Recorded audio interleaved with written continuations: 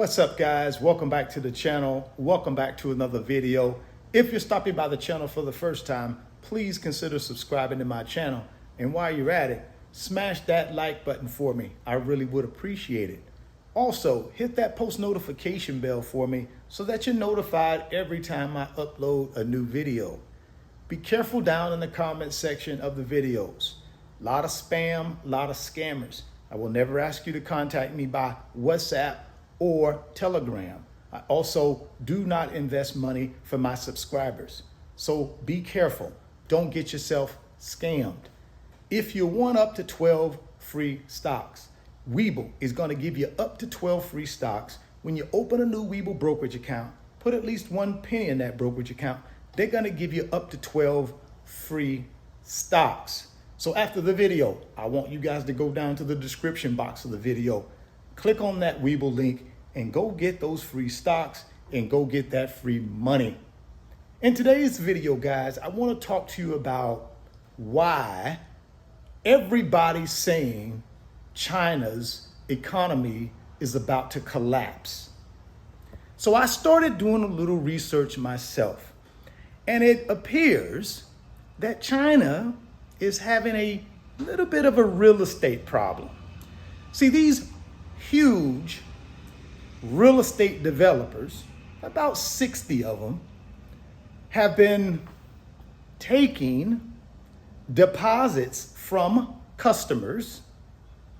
Also, they have been taking funding from banks in order to develop housing, residential housing. There are about 300 unfinished residential housing projects. And over the years, these developers have taken through funding and customer deposits almost $9 trillion. So how in the world are there 300 unfinished residential housing projects in China? Well, I believe it was a bait and switch, right? And let me tell you something, guys. It's no different here in the United States. Let me give you a prime example. So I'm looking for a new house, right? So I figured, why don't I go look at some new developments so I can do a ground up construction, get a brand new house. So I go out, take a look at this particular unit, particular model, and I liked it.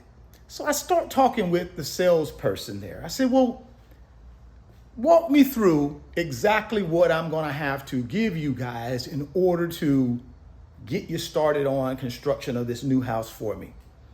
She said, well, you're going to have to give us 25% of the cost of the house. So I'm looking at a roughly $1.1 million house that they're going to build for me in this new community. And I would have to put close to $300,000 down on deposit. But here's the catch. They would not finish the house for over a year. So let me get this straight. I'm going to give you $300K to build this house for me, but you're not going to have it finished for over a year. Yeah, doing exactly what the developers are doing in China. See, they're taking my deposit or pre-sale deposit, whatever you want to call it, or pre-construction deposit. And what they're going to do is they're going to fund their other projects. See, you got to understand, a lot of these developers also do their own inventory. So they'll build their inventory first, and then they will start on your house second. See, they build their own inventory that they sell to people who don't want to wait a year, right? Some people walk in there, just like in China, if they say, hey, I don't want to wait a year. They already have inventory available that these people can buy immediately. I didn't want that. So I wanted mine to be built ground up so I can pick the things that go in it and all of that good stuff. Yeah, $300K. So I don't see the difference in what we're doing here in the US and what these real estate developers are doing in China. Now, the thing that is different is it appears that some of these large real estate developers are not, they're not in it to do right by people. They're in it to make money.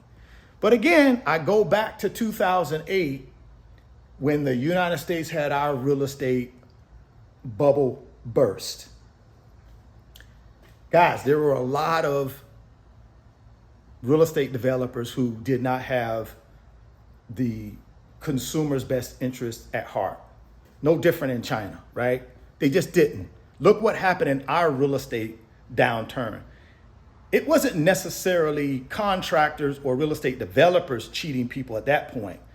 It was really the mortgage industry where people were being qualified for these big old loans who didn't have the income to repay them, right? So it was a big old Ponzi scheme, but it was through bundling up mortgages and selling them to investors as AAA rated investments, right? When they were really not. That's what got us into trouble in our mortgage problem back in 2008, because what happened was when all of those people who got those mortgages, who did not have proof of income, they didn't have good credit, they just didn't have the ability to repay. When those people couldn't repay, that's what burst the real estate bubble here in the United States. On the other hand, in China, what's happening there is the actual real estate developers are not of good character when it comes to doing what they need to do in order to honor these people who are putting these pre-sale deposits down. So I think what has happened, at least my opinion from what I've read, it became a known way of doing business in China where you go get your funding, bunch of funding, and then you go also take a lot of pre-sale money, and then you start the project. But then you go do it again, right? And again and again. And what was happening is these real estate developers were really living a lavish lifestyle. They still are living lavish lifestyles. And how does that affect, China's real estate problems? How does that affect the rest of the world, and how does it affect the United States? Well, you got to understand, China has what? The second largest economy in the world at about 13 trillion. The United States has the largest economy at about 19 trillion, right? So second largest economy in the world. And guess what? 30% of China's economy, or GDP, is from what? Real estate activities. So yeah, if China doesn't come in as a government and bail these real estate developers out, yeah, it's gonna be some big problems, right? It'll be some big problems because 60 of these companies, like I said, owe about 13 billion themselves that they can't repay. So China has proposed, or at least what I've read, I don't know if China's proposed it, but what I've read is there is a $44 billion bailout on the table that the Chinese government is thinking about bailing out these real estate developers. They have to though, guys. Like I said, 30% of their GDP is real estate activities. So yeah, if these guys can't pay and you got your residents, your citizens of your country up in arms in front of the banks, picketing and doing all this other stuff, you got to do something. Plus, you got the rest of the world looking at you. And of course, China is trying to become the largest economy in the world at some point, right? That's their goal. Let's face it. They want to outshine the US, and they're not going to allow this to stop that progress. So they're going to bail out the real estate developers to the tune of $44 billion bailout. But again, I go back to 2008. How is that any different than what the US did, right? The US bailed out who? Big banks. right? Big lenders. They bailed these folks out. Why? Because they had to. They had no other choice. The spotlight's on the U.S. If the U.S. economy fails, the rest of the world fails.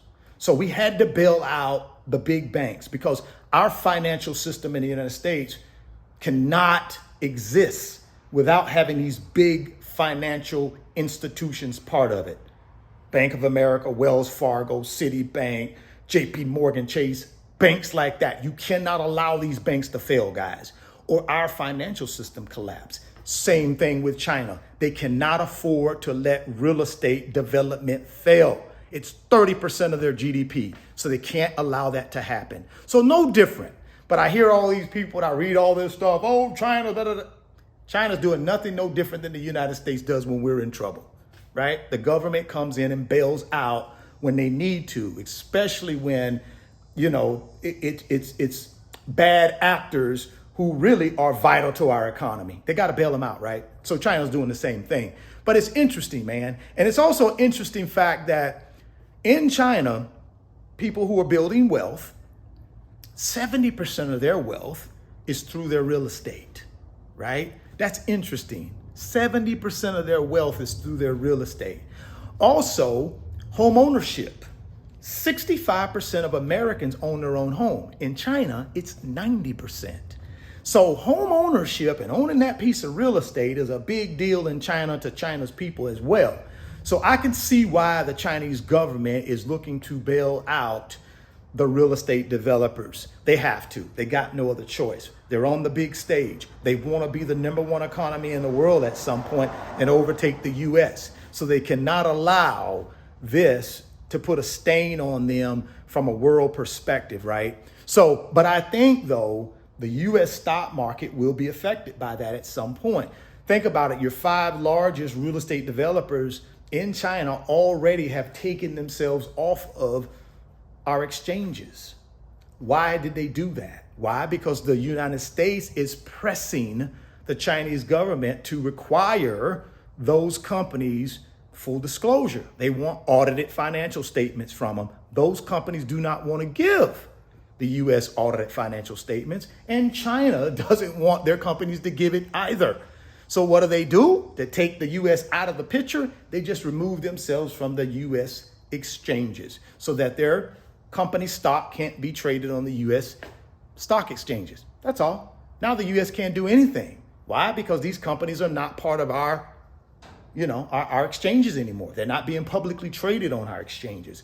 So, China is going to do what they got to do. But again, guys, I don't think it's anything different than what the United States has done in the past and will continue to do.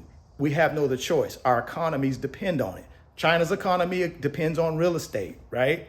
Our economy depends on these big financial industries, these big financial banks. Our economy depends on that. So we do what we got to do in order to keep this economy going in the United States. China's going to do the same thing. Will China collapse? Will China's economy collapse? Absolutely not. You guys know the Chinese government is not going to allow that to happen, just like the U.S. government wouldn't let ours collapse. So no big deal there. But keep in mind, it could affect our stock exchange or the stock market, depending upon what happens. And so also check your positions, what you got in some of these Chinese companies like Alibaba and other companies like that are currently still on U.S. stock exchange. Check your positions in those companies, guys, because they could be affected by whatever the Chinese government decides to do. Keep that in mind. Drop me some comments and let me know what you think about the Chinese economy collapsing. Yeah, I doubt that'll happen, but I'd like to get y'all's opinion on that. If you want up to 12 free stocks, make sure you go down to the description box, click on that Webull link, open up your new account today, go get that free stock, go get that free money. If you're stopping by the channel for the first time, please consider subscribing, share the video, smash the like button. Thoughts become things. If you can see it in your mind, you can hold it in your hands. You guys keep chasing your greatness, never stop believing in yourself, and I'm gonna catch you on the next video. Peace. Today's video is sponsored by my company, RF Financial Consulting. And in my company, I work with individuals just like you through financial mentoring and coaching sessions.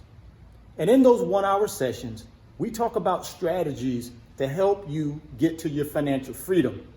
whether it be through real estate investing, stock market investing, creating additional streams of income, credit card arbitrage, or starting and growing a business. If that's something that you might be interested in, there's an email address in the description box of the video. Send me an email and let's discuss if I'm the right fit for you.